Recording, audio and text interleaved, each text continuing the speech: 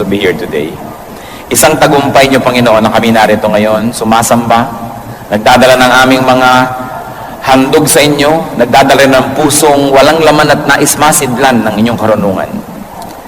Napasasakop kami sa inyo, Panginoon, at nais sa amin kayo maging tunay na tagapagsalita.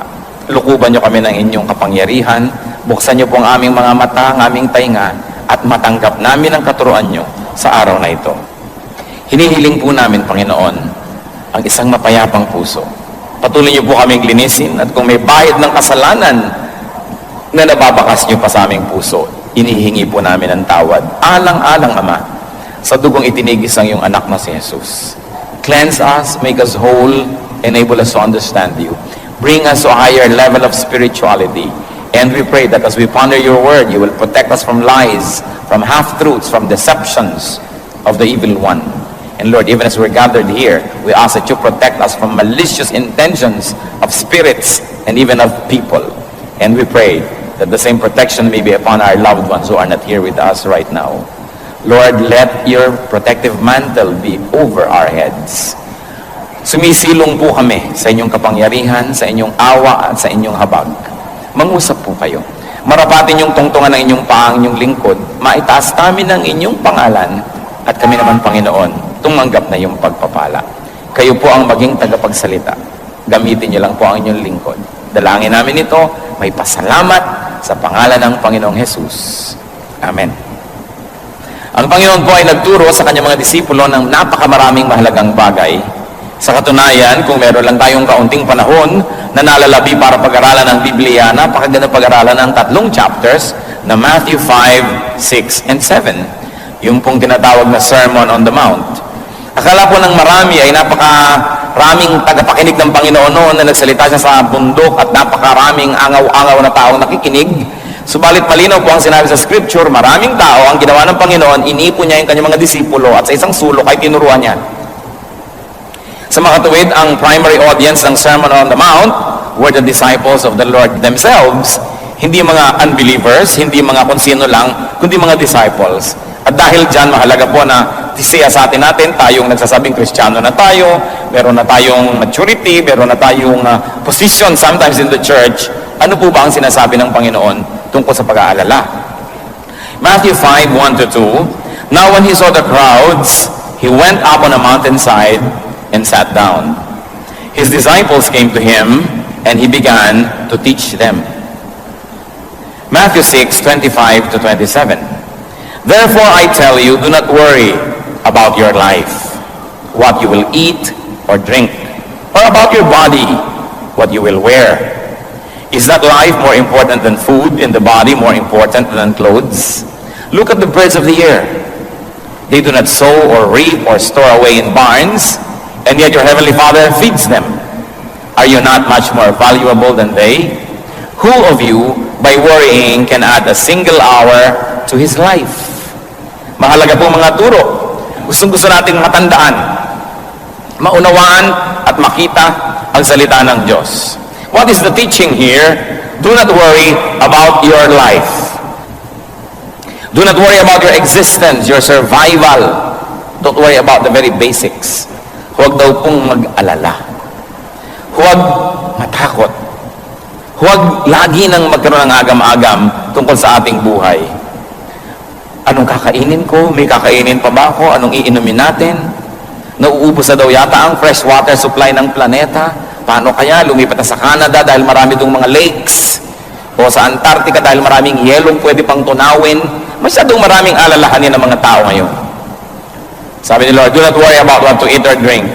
This is the very core of survival. Because the Lord says, life is more important than food. Life is more important than just survival. Now, don't get this wrong. Hindi sinasabi ni Lord na do not think about what to eat, do not think about provision, that do not plan about it. Ang sabi niya, do not worry. Because when you worry, you will be robbed of many happiness and many joys in life. And there is so much more to life. Sinasabi ni Lord, yung buhay, mas marami pang mahalagang bagay kaysa kung anong kakainin. Kumakain lang ang tao para huwag mamatay. Nagdadamit siya para huwag ginawin o para huwag siyang malantad.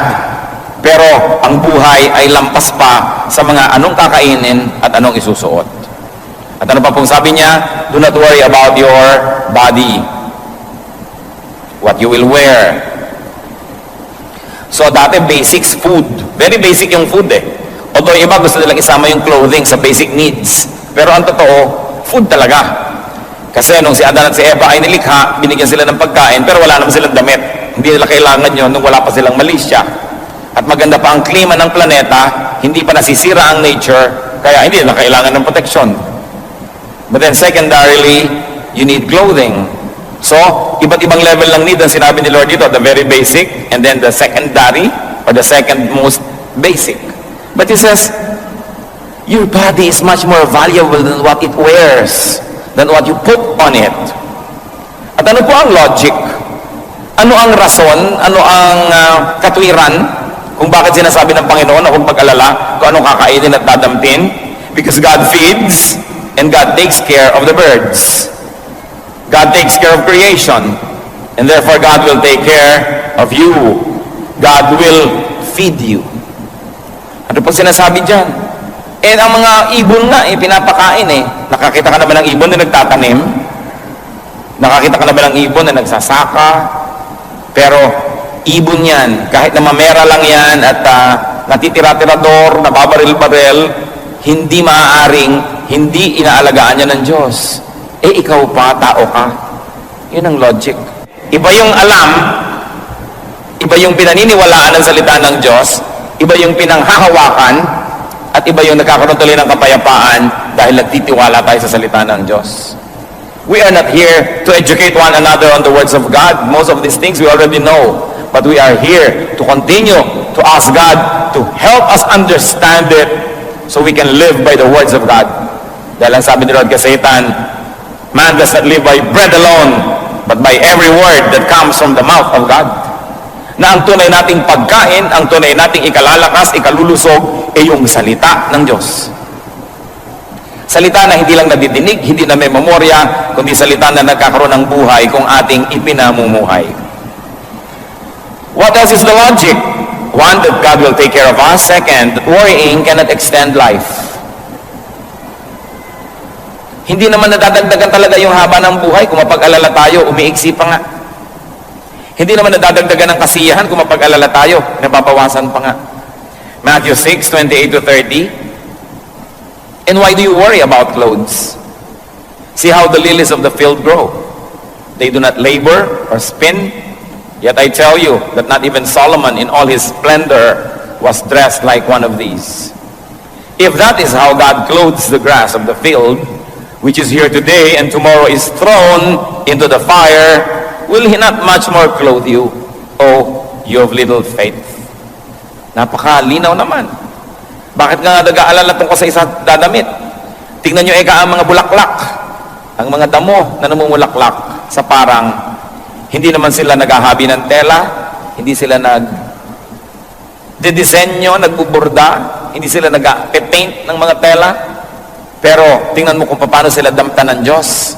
Kahit si Solomon, na pagkarangya-rangya ng mga isinuot, hindi man lamang nadaig ni Solomon ang mga bulaklak na nilikha ng Diyos. At sabi niya, kung yung mga bulaklak lang at damo-damo, buhay na buhay ngayon, pero bukas ay lanta na at susunugin na. Eh, pinag-iisipan pa ng Diyos na damitan ng magandang kulay, magandang disenyo. Ikaw pa ba na mahaba ang buhay? Ikaw pa ba na may panghabang panahon? Ikaw pa ba na nilikha sa wangis ng Diyos? At ikaw pa ba na dahilan kung bakit ang anak ng Diyos ay namatay sa krus ng Kalbaryo? Ikaw pa kaya ang hindi damitan? So, Jesus says, don't worry about these things. Because worrying cannot make one look beautiful. Sa katunayan, nakakapagpapangit pa nga yung pagpapaalala. Kaya nakikita niyo po yung mga lalaking magandang mag-alaga ng kanilang mga may bahay. Aba, magagandang mga may bahay. Para mga sariwang-sariwang ubas. Pero pag ang may bahay ay mukhang pasas, ang sisihin nyo yung asawa.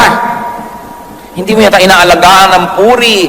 Hindi mo yata inaalagaan na magtiwala siya at huwag siya mag-alala. Kung wala ka, kaya na yan, nagkanda, tuyot-tuyot na. Pero ang tao pag inaalagaan, gumaganda. Ang napakalakas mo magpapangit pag-aalala. Kaya sabi ng Panginoon, huwag kayong mag-alala. Kaya po kung minsan merong tao, hindi mo naman kilala, sasabihin ba, siguro sister o brother natin yan. Bakit? Kasi mukhang Christian eh. Ano ba itsura ng Christian? Tingnan nyo nga katabi nyo. Ano nga ba itsura ng Kristiyano?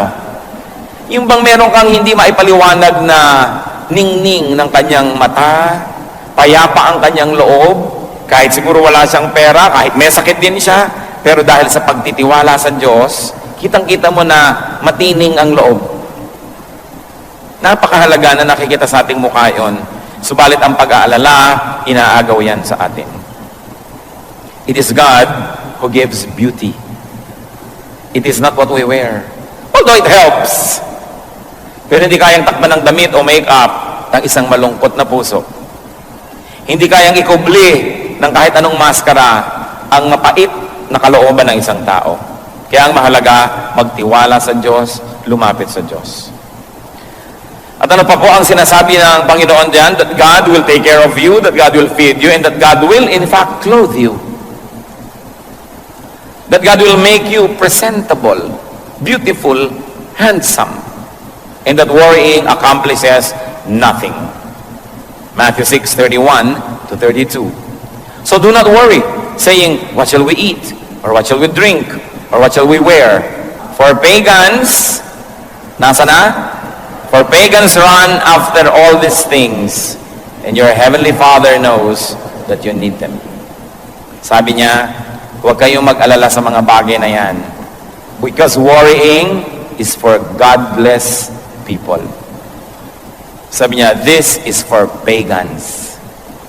Ang pag-alala, hindi bagay sa mga anak ng Diyos.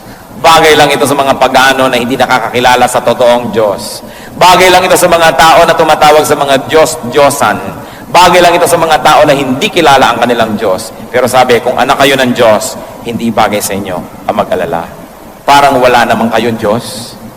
Parang wala tayong Ama sa langit. Parang wala tayong tagapagligtas. Parang walang banal na espiritu na umaalo sa ating mga lumbay, na sumasama sa ating mga pag-iisa. Kaya ang anak ng Diyos ay talagang hindi nag-iisa kahit kailanman, sapagkat ang Diyos ay tumatahanan sa ating puso, hindi lang doon sa templo sa Israel, hindi lang sa mga templong gawa ng kamay, kundi sa puso ng mananampalataya. Kaya sabi, bakit ka mag-aalala? Nakita niyo po ang pinakamalaking redemption plan, ang pinakamalaking rescue plan in all human history, in all cosmic history, that God became a man to save us from sin. Ideya ba natin yon? Tayo ba ang nagsabi sa Diyos na, Diyos, magkatawang tao naman kayo, akuin niyo lahat ng aking mga kasalanan, akuin niyo lahat ng aking mga kakulangan, at yung lahat ng kaparusahang dapat kong tanggapin, pakitanggap niyo nga, at pagkatapos sa matanggap niyo yon, pakibigay niyo sa akin na inyong kabanalan, para kami ang maging banal, at kayong maparusahan, para kami maligtas. Bayaran niyo nga lahat ng utang namin. Ideya ba natin yan? Hindi. Yan po ay pakana ng Diyos. Ideya ng Diyos. At kung ang Diyos ay nag-isip na siya ay magkakatawang tao para bayaran ang ating mga kasalanan, kailangan pa ba natin siyang himukin na maging mabuti? Kailangan pa ba natin siyang himukin na magbigay ng pagkain, magbigay ng mga kailangan natin? Eh kung ang kanyang buhay ay ibinigay na niya sa atin. Kaya napakasimpleng bagay ito. Hindi na natin hinahangad na magkaroon pa tayo ng napaka-sophisticated na pag-aaral ngayon. Balikan lang natin kung ano yung simple, unawain ito, namnamin at ipamuhay, at napakalaki ng bigat na mawawala na ating mga dala-dala araw-araw, mga alalahanin, mga pag-iisip. What are the steps to freedom from worry? Salamat na lamang at hindi lang sinabi ng Panginoon na huwag kayong mag-alala, tapos tinigilan na niya. Itinuro niya kung paano masusunod ang kanyang utos na huwag mag-alala. Sapagkat utos din ang ibinigay niya. Matthew 6:33 to 34. But seek first His kingdom and His righteousness, and all these things will be given to you as well. Hindi naman pala niya binabaliwala yung damit. Baka magdatingan kay next week walang suot. Hindi naman niya binabaliwala yung kumain tayo ng masarap at magplano ng mga kakainin. Ang sinasabi niya, hindi ka nabubuhay para mag-alala tungkol sa mga bagay na yan. Problema ko yan eh. Ako ang Diyos, ako ang Creator, ako ang Provider. Ang problemahin mo, eto. Unahin mo ang kaharian ng Diyos at ang kanyang katwiran. Yan ang atupagin mo sa buhay. At pag inatupag mo yan, sabi niya, lahat nitong inaalala mo, idadagdag ko lang yan sa'yo. Dagdag lang yan eh. Hindi yan ang mahalaga. Icing lang yan. Hindi yan ang tunay. Sabi niya, bakit mo inaalala ang pagkain at inaalala mong iinumin? Kaya mo mag-create ng pagkain? Kahit kaya mong magtanim ng buto, ikaw bang nagpapatubo dyan, nagpapalabas ng ugat ng mga dahon? Ikaw ba ang sinasabi mong ganito ang mangyayari? Bakit ang mga buto, pare-parehong lupa ang tinamna, nagiging chiko yung isa, nagiging mangga yung isa, iba-iba yung lasa, may maasim, may matamis, may pula, may puti. Kaya mo ba yan? Kaya nyo ba? Hindi pala, ba't yung ngayon inaalala? Eh yung unahin ng Diyos, sundin siya, kaya ba natin yon? Yes, by God's grace we can. Yun ang unahin. Eh, pambihira naman ikaw eh, sabi ng Diyos. Hindi mo kaya, pinoproblema mo, kaya hindi matapos-tapos ang problema mo. Etong kaya mo. Kasi hindi naman mag-uutos ang Diyos kung di natin kaya. Kung hindi niya tayo bibigyan ng kakayanan na sundin. Unahin mo ang kanyang kaharian. Unahin mo ang kanyang katuwiran. At lahat ng yan, idadagdag niya sa iyo. Verse 34. Therefore, kaya mayroong therefore eh. Do not worry about tomorrow. For tomorrow will worry about itself. Each day has enough trouble of its own. So what are the steps to freedom from worry? First is to prioritize God's kingdom. Unahin ang kanyang kaharian. At yung kaharian niya, hindi lang yung bababa mula sa langit, hindi lang yung pagdating ng panahon, yung nasa puso na natin, that we have to expand God's kingdom in our hearts and in the world. Ang kaligtasan natin at kaligtasan ng iba, ang kanyang katuwiran, ang kanyang righteousness, unahin. Unahin natin na maging mabuti, mabait, makadiyos, malinis. Yun ang unahin natin. Kasi yung iba, inuuna nila na magkapera, magkaroon ng isusuot, magkaroon ng kakainin, kaya ang kaluluwa ibinebenta kay Satanas. Di bali na magkasala ako, mandadaya ako, magnanakaw ako, kasi kailangan kong kumain, kasi kailangan kong magkadamit, kasi kailangan ko ng pambayad sa kuryente, sa tubig, tuition fee ng mga bata, etc., etc. May sakit ang nanay ko, so mga agaw ako ng cellphone ng may cellphone. Sabi ni Lord, lahat ng bagay na kailangan nyo, kaya kong ibigay. Ang gawin nyo, pumwesto kayo doon sa lugar na dadaanan ng pagpapala ko. At yung lugar na yon, yung lugar ng kabanalan, lugar ng pagiging makadiyos. At pag doon ka lumagay, ang Diyos ang may problema kung paano kanya bibigyan ng iyong kailangan. Eh yung iba sa paghahanap nila ng kanilang mga kailangan sa buhay, lalong lumalayo sa Diyos. Kaya lalong nakakalubog-lubog, lalong nakakawindang-windang ang buhay, at lalong napapahamak. Sabi ni Lord, gusto nyo ng mga kailangan nyo sa buhay? Ako ang nakakapagbigay niyan. Pag gusto ko magbigay, hindi ako kailangan pilitin. At kung ayaw ko, hindi rin ako napipilit na magbigay. Eh bakit hindi mo ako bigyan ng kasiyahan? Pag tayo nabubuhay ng ayon sa wangis ng Diyos, kasi tayo ginawa sa wangis niya, nilikha sa wangis niya, nasisiyahan siya. At kung nasisiyahan ba ang Diyos, napakahirap para sa Kanya na mag-blow out. Napakahirap pa sa Kanya na magbigay ng mga gusto niyang ibigay sa atin. Kaya ang dapat nating unahin, masiyahan ang Diyos sa ating pag-iisip, pananalita at pamumuhay. At pagkatapos, siya ang may problema kung paano tayo papakanin. Parang mga anak, pinag-aaral ka ng magulang mo, ang problemahin mo yung mag-aaral kang mabuti, ipasa mo ang iyong mga subjects, huwag kang mag-drugs, huwag kang mag-premarital sex, huwag kang nobyo-nobyo agad ang inaasikaso. Yun ang problemahin mo. At yung magulang mo naman, ang namang problema na, ipangbabayad mo sa school, kakainin mo, ibabayad sa kuryente na ginagamit mo sa mga ilaw mo sa bahay. Kasi mayroon tayong ganong role. Ang role ng Ama is to provide for us. Ang role natin, sumunod. Sumunod. Bigyan siya ng kasiyahan. At sabi, all these things will be added unto you. Why? Because you have placed yourself under God's governance, under God's economy, under God's care. Pag tayo po nagpakabuti, sa negosyo, fair ka, di ka nandadaya. Empleyado ka, di mo dinadaya ang iyong employer. Employer ka, hindi mo dinadaya ang iyong mga empleyado. Sasabihin ng logic ng mundo, ay, lugi ka. Because you can get more by cheating. Pero pag sumunod po tayo sa Diyos, inuna natin ang kanyang kabutihan, ang totoo na ang ginagawa natin ay nagpapasakop tayo sa kanya. Meron ba kayong mga alaga sa bahay? Sino sa inyo may mga alagang aso? Yan. Sino may mga alagang pusa? Sino may alagang ibang hayop pa? O, pagka po ba sila yung umiiyak at gustong kumain, binubugbog nyo? Hindi. Kumisa nga yung ribbon ng aso, ribbon din ng amo eh. Kung ano yung suot ng amo, suot ng aso rin. Pagka ba yung pet ninyo ay nagiginaw, ay lalo nyo binubusan ng yelo? Pagka ba may ibon na dumapo sa inyong bintana dahil may bagyo at sira-sira ang pakpak niya, sabi niyo, ay mahina ang ibon to, ano gagawin nyo? Dudurugin mong ibon? Hindi. Aalagaan mo dahil dumapo sa iyong bintana, nagpapaampon sa iyo. Sa palagay nyo, anong gagawin ng Diyos kung sa Kanya tayo nagpapaampon? Kakabawain ba tayo? Dahil sumusunod ka sa akin, masyadong honest ka sa negosyo, pues malulugi ka. Ganun kaya yon? Dahil hindi ka nandadaya, hindi mo ginagaya yung ginagawa ng iba na mabilis kumita, lagot ka, kawawa ka sa akin. Yun kaya ang gagawin ng Diyos? Hindi. Kung inaalagaan natin ang mga hayop, maski tayo'y tao at taong makasalanan, marunong tayo mag-alaga ng mga nagpapaampon sa atin, nagpapakupkop at nagpapaalaga. Diyos pa kaya ang hindi mag-alaga sa nagpapakupkop sa Kanya? Kaya ang dapat nating unahin sa buhay, to surrender to God, to seek God's protection, and to live by God's decrees. Because God is an infinitely better, in fact, He is the best keeper. Hindi ka pwedeng malugi dahil sumunod ka sa Diyos. How else do you step away from worry? Do not fast forward life's concerns. Yung kasing fast forward, hindi pa dumadating doon, pwede mo na i-forward yung tape, yung pelikula, kahit ano. Pero ang tinuturo po sa atin is to tackle only immediate concerns.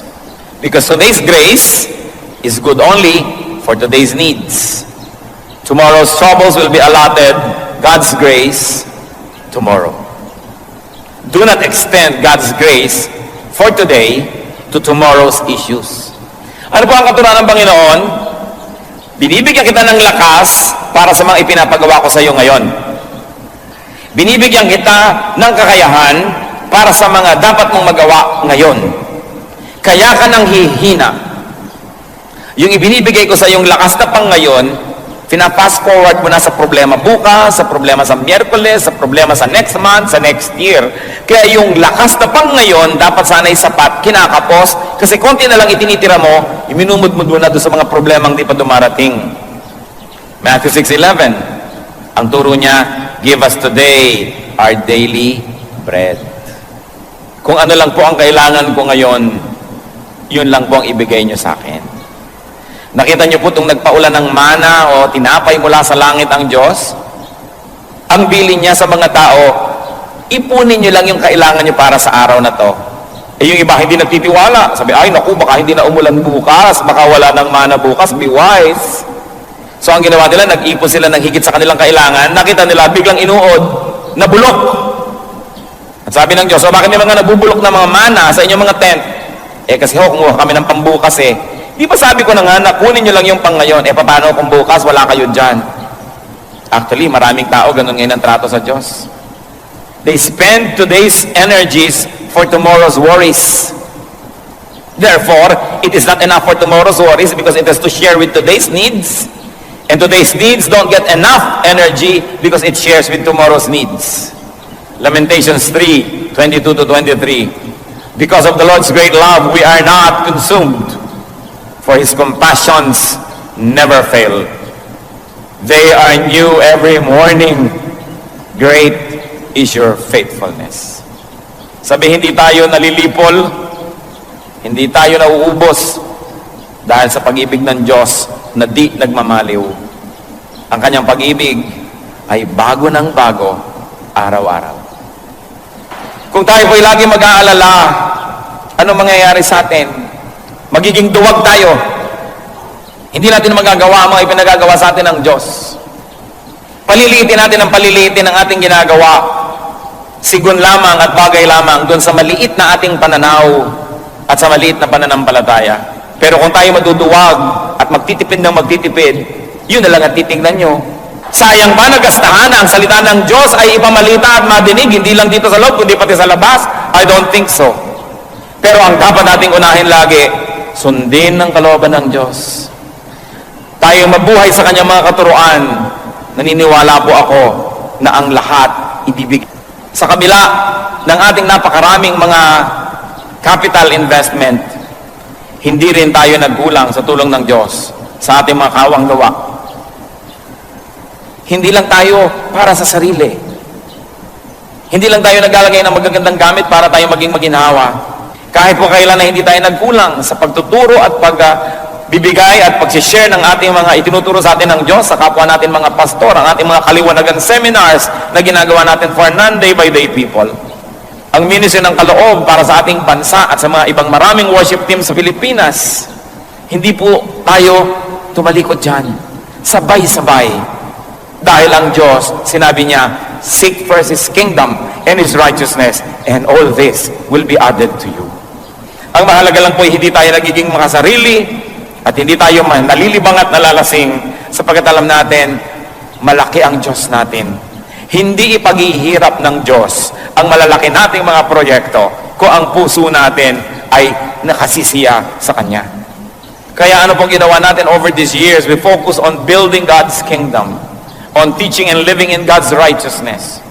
We spend money airing radio programs across the nations, 2 national stations, several regional stations. Tinutustusan po natin buwan-buwan, madinig ng mga listeners ang mga programa natin. Wala namang mga commercial yan.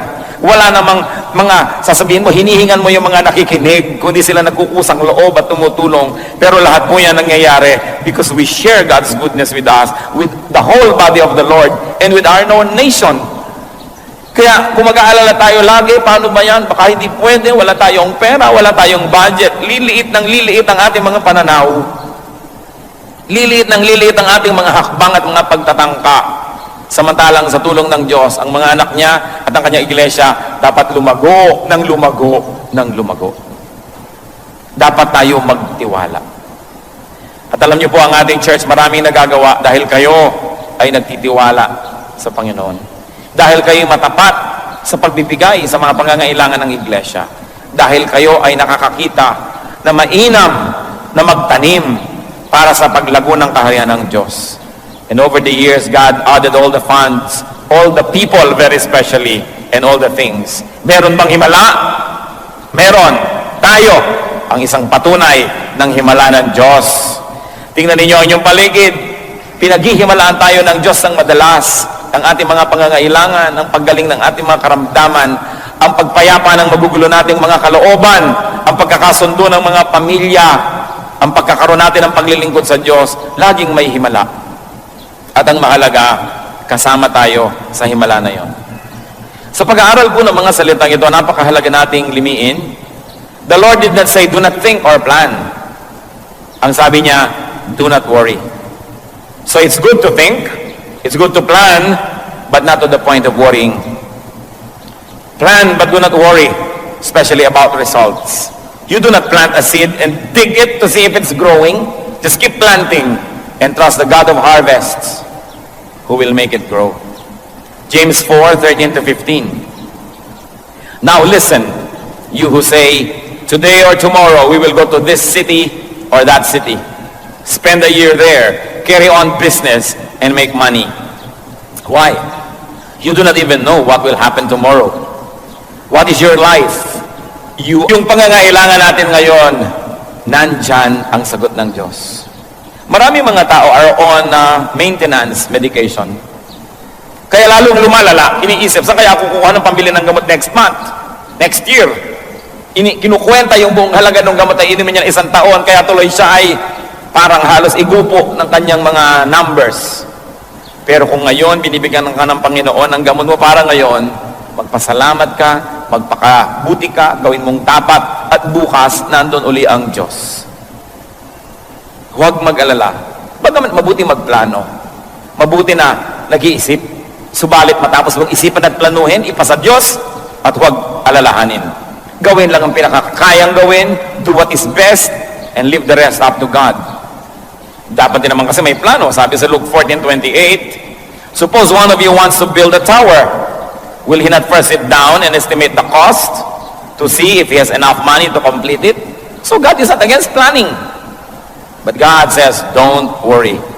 Life is more important than food. Life is more important than livelihood. Marami pong tao may hanap buhay. Dapat naman. Pero yan ay paghahanap lang ng ikakabuhay. Huwag mabuhay para maghanap. Huwag mabuhay lang para maghanap buhay. Dapat naghahanap buhay tayo para tayo may kainin, para may isuot. At kung may lakas na ang ating katawan, may damit ng ating katawan, naghahanap na tayo ng magagawa para sa kaharian ng Diyos. Kasi tayo nabubuhay para palawakin ang kaharian ng Diyos. Hindi tayo nabubuhay para maghanap buhay.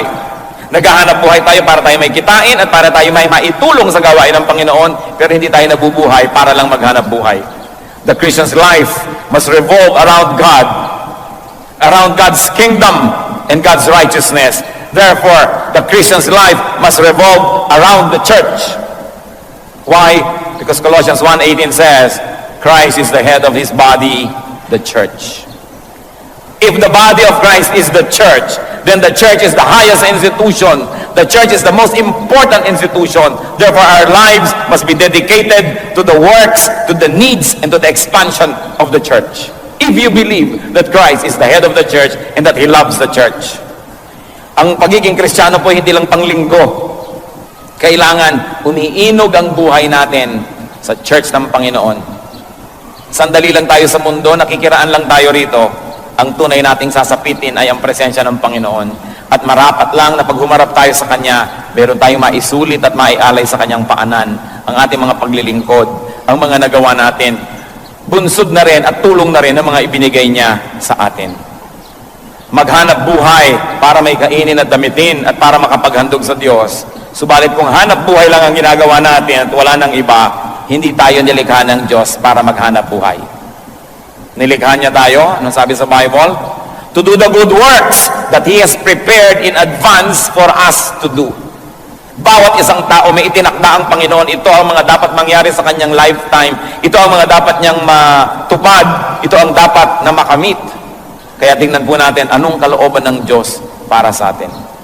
Kaya habang tayo naghahanap buhay, nag-aaral, meron tayong mga pamilyang inaalagaan, meron tayong mga hobbies, meron tayong mga pinagkakaabalahan, we must be free enough to serve. And we must be free enough to have a ministry. Because we were created by God for good works, which He prepared in advance for us to do. Failure means only this, being unable to accomplish the works that God has willed that will be done in our lifetime. Mahalaga po na magtagumpay tayo sa larangan na yan. And yet, through all this, be free from worry. Many people cannot serve God because they worry too much. They worry, hindi ko yata kayang gawin, wala yata akong kayanan, wala na yata akong oras, hindi ko na yata kayang gawin, gawin ninyo at sa kanyo mapapatunayan. Sabi ni Lord, do this. And all the things you think about will be added unto you. Revelation 22 verse 12 is clear. Ang sabi ng Panginoon sa kanyang pagharap sa mga taong humarap sa kanya sa huling paghuhukom, I will give to everyone according to what he has done. Hindi sinabing, I will give to everyone according to what he has believed. Sabi, I will give to everyone according to what he has done. That's why we have to deal with worry so we can do more. The body is more important than clothes. So devote more resources to what enters the body. Halimbawa, food, medication, than to what is draped on it. Kung atin pong nanamnamin na sinasabi ng verse, mas mahalaga daw po yung katawan kaysa sa dinadamit nito. Gaano kalaki sa inyong budget ang napupunta sa damit at gaano kalaki ang napupunta sa mga vitamins, sa mga good natural foods, sa pag-aalaga ng ating katawan. Baka mas malaki pa ang ginagastos sa dermatologist para lang sa napakanipis na balat dito kaysa doon sa inyong atay na naninilaw na pala, hindi inaasikaso dahil hindi kita. Gano'ng karami ang ginagastos natin sa mga alahas, sa mga panglabas para ayusin lang yung katawan kaysa palusugin yung loob. The Christian should value the body more than the clothing that is draped on it. Ngayon, kung maraming masyado kayong mga pagpapala, di pagandahin nyo rin, maayos, pero unahin kung ano ang pumapasok sa ating katawan. Huwag kayong maniwala na ang buhok ay kumakain. Kasi pinapakain na ngayon ng buhok, kumakain ng vitamina ang buhok, kumakain ng kung ano-anong mga elements ang buhok. Advertising lang yan. Walang bibig yung buhok at wala siyang digestive system. Kailangan kainin ninyo para lumabas doon sa buhok. Napakahalagang isipin, palusugin ang katawan. Gusto ko po kayong i-challenge mga kapatid, i-review nyo ang inyong family budget at personal budget, lalo yung mga yapis. Gaano kalaking pera ang napupunta sa load, sa mga text na yan, at gaano karaming napupunta sa loob ng ating katawan na pinalulusog natin, pinalalakas natin ang ating katawan. Many people kill themselves to have money. And when they have money, they spend it all just to get well. Kaya ang mahalaga, unahin ang lusog ng katawan. But remember, the Lord did not say neglect your looks. He just said, do not worry about appearances. More than you worry about righteousness or what's inside. Matthew 6:33, but seek first His kingdom and His righteousness, and all these things will be given to you.